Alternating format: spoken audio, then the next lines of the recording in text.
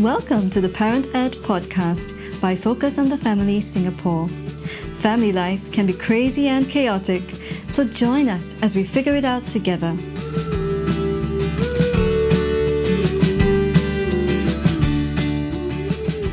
Hello and welcome to the Parent Ed podcast. My name is June and I'm your host for this episode. Today we are exploring a topic that impacts countless families around the world. Eating disorders. Imagine this. You're a parent who wants the very best for your child and you've noticed signs that have raised some concerns. You're not alone in this journey. In a society where ideal body images seem to be floating around everywhere, the struggle with eating disorders can be a difficult one. Our guest today, Nicole, is someone who has journeyed through an eating disorder herself.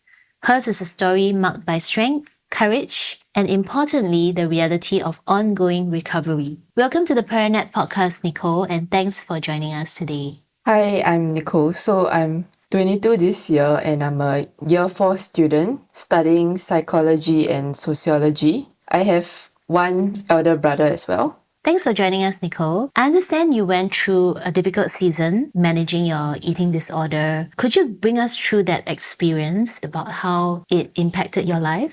I actually went through an eating disorder back in secondary school. I was about maybe 14. I think I was very stressed and because I was quite driven and a high achiever. And like at home, I was compared to my brother quite a bit. And I think that resulted in a lot of peer pressure and I was very stressed and finding a way to like cope. So my eating disorder ended up being one of my coping mechanisms. And I was also quite influenced by my friends. Yeah, there was like a lot of peer pressure because one of my close friends whom I hung out with like during recess was like skipping recess all the time, and her reason was because she felt that she was fat. And like I think I also thought that I was like about similar build, so I also thought I was fat. I also skipped recess with her. Yeah, because she was my close friend, I also didn't like just leave her and go and eat recess on my own. I think on top of that, I was also in quite a competitive sport. I was in canoeing. Yeah, I was in a crew boat, so my partner was slightly bigger, for the lack of a better word, and like we were told by our coach to lose like maybe X amount of weight by like competition period. Yeah, so that all like kind of contributed to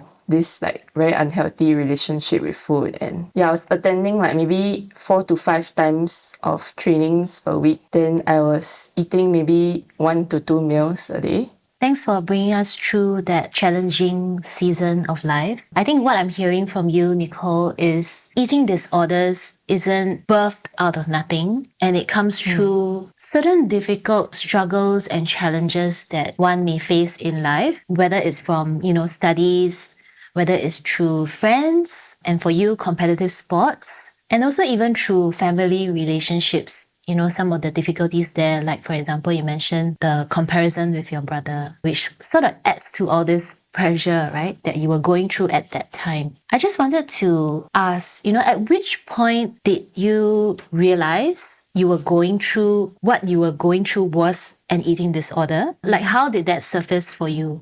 So I think I was very young and like I didn't really see that it was a problem back then until maybe my teacher started noticing it and brought me to see the school counselor. That's when like my parents were notified. What exactly did she notice, this teacher? Like how did she see that you were skipping recess? Or did she notice the lack of interest in food? What are some of the signs that she picked up? She saw that I didn't eat recess. Then I would always like go to the library and study during recess. And I think also I lost like quite a bit of weight. So those were all signs that she picked up. Was it helpful for you, like visiting the counselor? What did he or she do for you? And at which point did your parents get brought into this conversation? I was very reluctant to want to see the school counselor like any other kid, but my teacher told me that it was for my own good and I eventually went. And I was still quite a shy person back then and it was quite hard for me to express how I felt and communicate my struggles. But eventually the school counselor referred me to see a psychologist outside of school. And I'm sure at this point, your parents had been made aware and they had to sort of support you in that journey of recovery. Perhaps can you also help us to understand and help our listeners to understand what are some of the effects of eating disorder? Like, I think earlier you mentioned that you lost quite a bit of weight, obviously with the lack of calorie intake. But yeah, were there other symptoms that you felt in your daily life? Definitely. It definitely took a mental toll on me. And yeah, like the whole day I'm just constantly preoccupied with food, my body weight and exercise, and just in the constant state of anxiety. Yeah, physically I was also quite tired. Like I was just tired all the time from the lack of food probably. And yeah, there was like I also lost my menstrual period and I had some gastric issues. And on top of this, you were still keeping up with your sports, which is a regular thing in your life, right? Wow. Okay, I cannot imagine like going through that rigor and also not getting enough food as well. I wonder for parents out there who might be listening in, apart from some of these symptoms that you experience, what are some early signs of eating disorder that as a parent we should look out for in our young?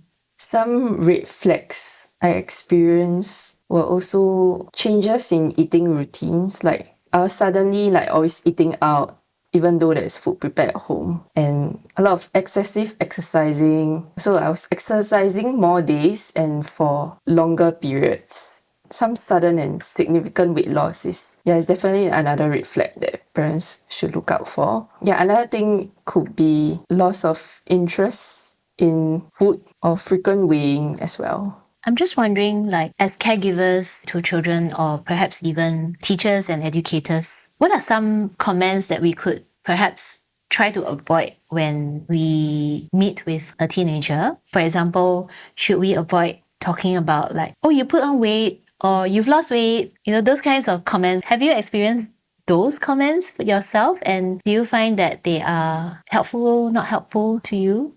I've definitely experienced those kind of comments, and especially in an Asian context, we are not very good at this, and saying nasty things like you put on weight can be very damaging, and you don't really know how that person who received that feedback will take it.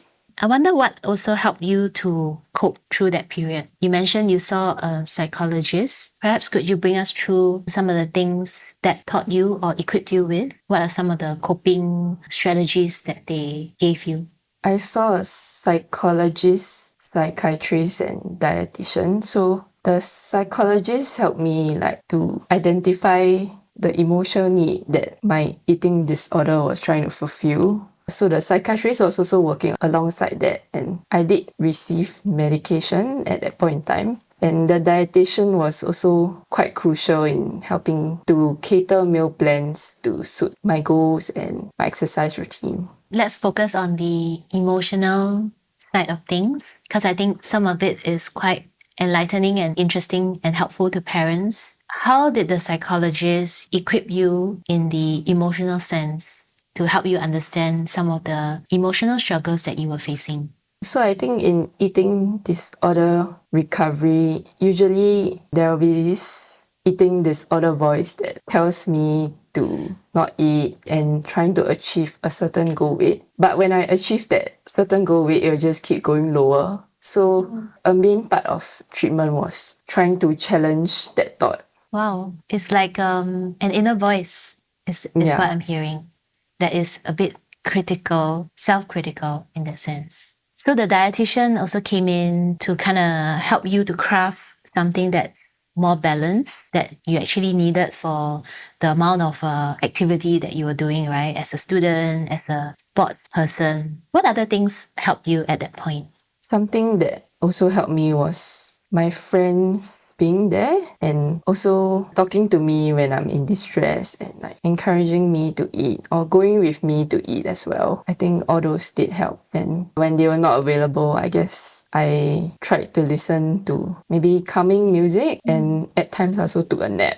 Wow, it's amazing how even rest can play a part in just getting better and feeling better about yourself, right? I think earlier you mentioned how your friends made sure you ate and even went with you to eat. I think that's one of the helpful behaviors that you mentioned. On the flip side, were there unhelpful behaviors? that you went through as well, whether it's from friends or from family members?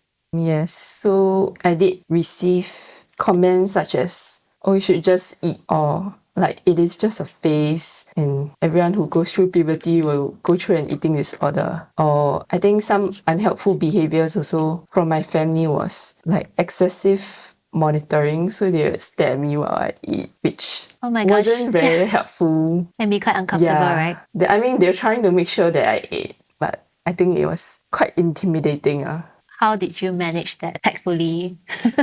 Like, were you able to tell them, actually, I do need some space, I'll make sure I'll eat this. Just give me time.